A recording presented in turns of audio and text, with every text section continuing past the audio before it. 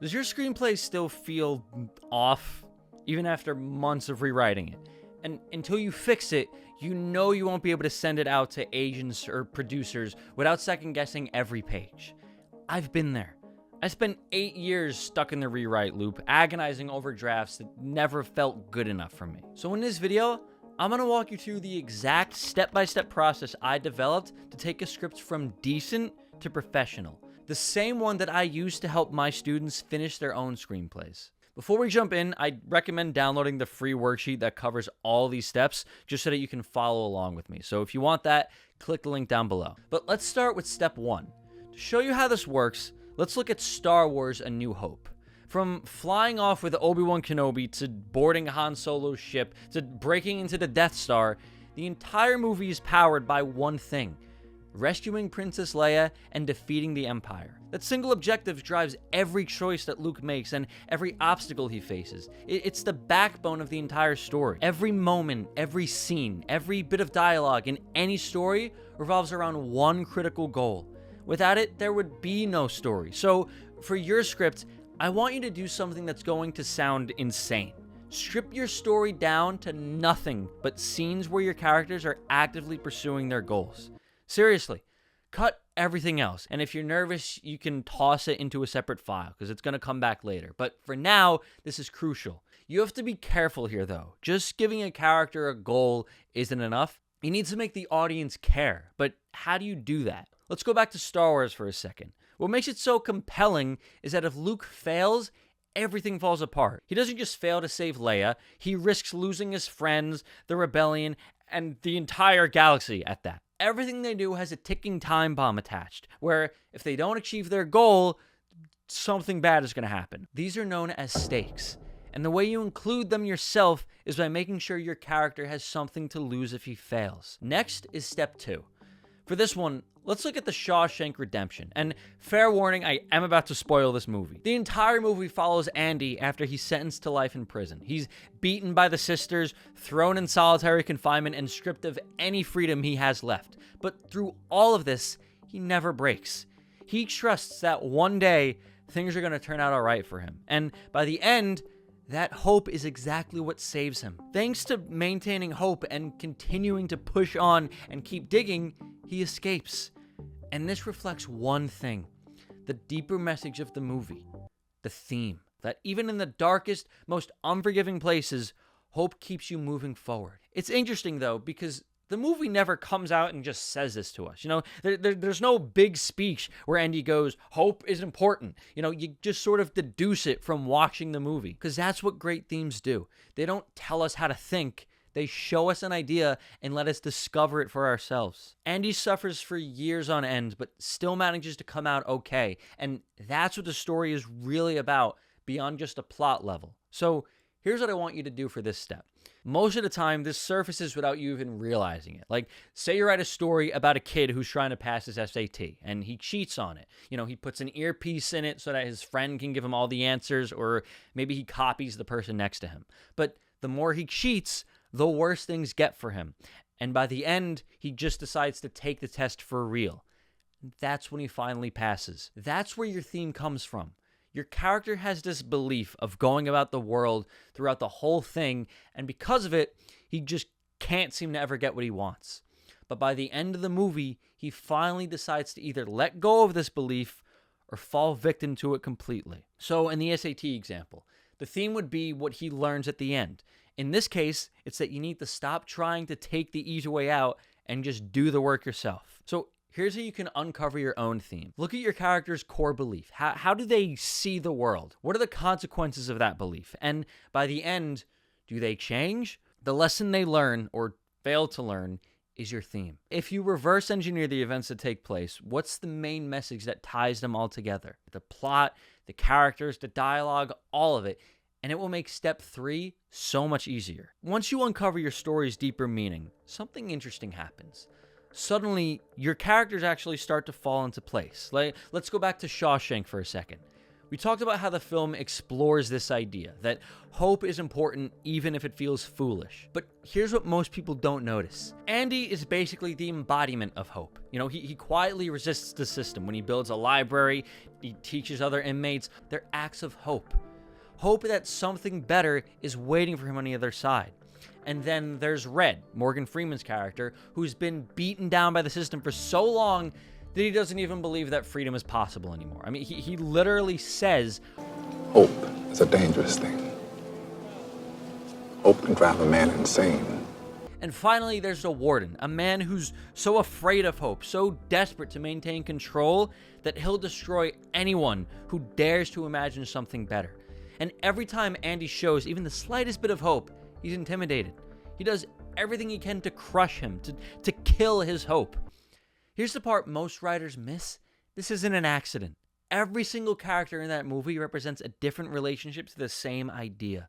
They all become mirrors to the theme, showing us a different angle of what it means to hold on to hope or to abandon it completely. When you can do this in your own story, it changes everything. You're no longer juggling a bunch of characters who are just sort of there. You're building an entire system of perspectives, and that's where character arcs actually start to mean something. So, how do you do it? Think about the belief your main character starts with, the one they spend the entire story questioning, and then ask yourself things like, who challenges this belief? Who supports it? Who takes it to the next extreme? And you'll start getting all these ideas for other characters to drive your story. So for the SAT example, since the theme is to stop trying to use a shortcut and just do the work, that's what each of the characters would represent. Maybe there's a friend who's always telling him to stop cheating, or a girlfriend who's pressuring him to do whatever it takes to get into a good college. When you do this, you stop writing random characters and start writing real people with defined voices. And when you do that, dialogue starts to flow naturally, conflict becomes earned, and your characters stop sounding like they're just clones of each other. Speaking of dialogue, step 4 is about using this theme to make your dialogue 10 times more powerful. I know these are a lot of steps, so remember, if you want, you can just download the free guide to go along with this video by clicking the link below. By this point, you have all the right pieces. Your characters have goals, their beliefs are driving them, and your story has a clear focus. So now, it's time to do something that most writers honestly never even think to do.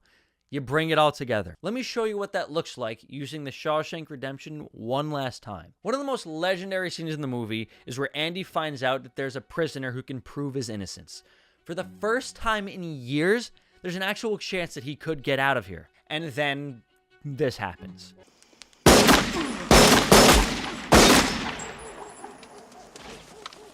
As soon as Andy catches the slightest whiff of hope that he's had since he was incarcerated, the warden just stomps on it.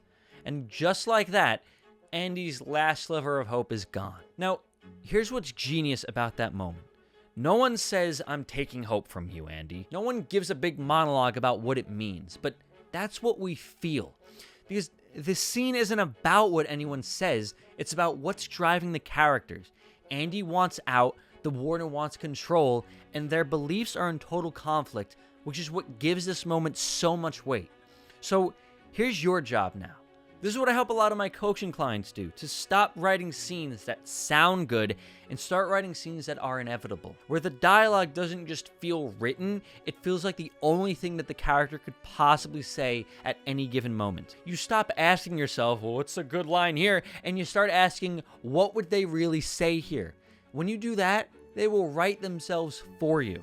Go through your script scene by scene and ask yourself, is every action my characters take and every line of dialogue driven by what they want and what they believe?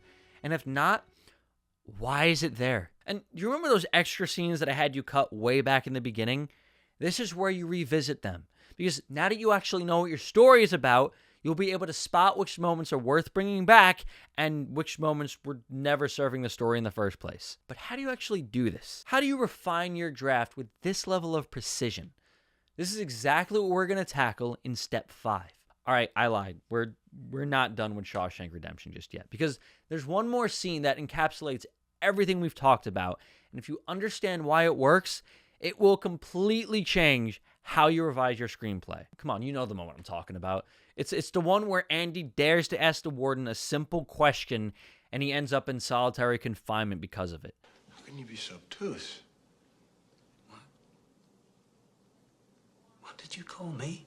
There's a reason this is one of the most famous films from the movie. First off, yeah, obviously it's funny that Andy just called this man obtuse. But on top of that, this scene does so many things. This is the moment where the warden truly becomes the villain. Up until now, we've suspected he's a little manipulative, even cruel. But here, we see it. This is where he fully crosses the line, punishing Andy, not for breaking a rule, but for daring to challenge his power. For Andy, this is the turning point. This is where his escape plan really begins. The moment the entire second half of the movie pivots around. If you removed it, everything that happens afterward would simply not work. So here's the question. How many scenes in your screenplay are doing that much work? Go through your script, and yes, scene by scene again, and ask yourself, what is this scene doing? Is it revealing character? Is it advancing the plot? Is it reinforcing the theme? And what would happen if I deleted the scene completely? Would the story be exactly the same, or would it completely fall apart? If the story wouldn't change, you might want to delete it. This is how you take your script from pretty good to professional. You strip away the noise until every single scene matters. And finally, we've made it to the last step. This one is not for the faint of heart because honestly, most writers skip it. Not because it's complicated, but because it's uncomfortable. This is really only for the serious writers, the ones who actually want to fix their screenplay. It's where you refine your characters, not just what they do, but why they are the way that they are. And if you get this right, your entire screenplay transforms. Let's take the King of Staten Island. Scott Carlin is a complete train wreck. He tattoos a 9-year-old. He and his friends rob a pharmacy. He even beats up his mom's boyfriend. Or, well, tries to, at least. Tap out! Tap out! Get me out! Let me out! No! If that's all we saw, we would hate the guy. But that's not all we see. The movie opens with a foundation. A broken kid who's lost his firefighter dad. It's a guy who's wasting away with his friends. Someone clearly struggling. Not just lashing out for no reason, but he's unraveling from the inside, and we can see that. The beginning of the movie showed us who he is and a bit of why he is that way. And that's the key. Before you take your characters on a journey, you have to show us who they are and hint at why they're like this. Show the audience exactly what they need to know so that they not only empathize with them, but they understand them. Like in Interstellar, it wouldn't have made any sense for Murph to be the genius who figures out the gravity equation and saves the whole world if we didn't see how brilliant she was in the beginning. And none of us would care about Walter White if we didn't first learn that he was running this massive drug empire because he had cancer and wanted to provide for his family. You have to lay the groundwork. And usually that comes from the very flaw we talked about earlier. The one belief that's already messing up their life before the story even begins. So go back to your opening scenes and ask yourself, am I showing who my character is? Am I planting the scenes for who they might become? Because without that in the beginning, the rest of your story, the arc, the catharsis, whatever you want to call it, it's never going to land. But what about all the little nuances of the plot? Like building suspense, writing good dialogue, and just writing a coherent story. How do you actually bring everything together so that it all makes sense? Lucky for you, I've made a video where I dive deep into all of these things. So if you want to learn how to do it yourself, you can watch it here.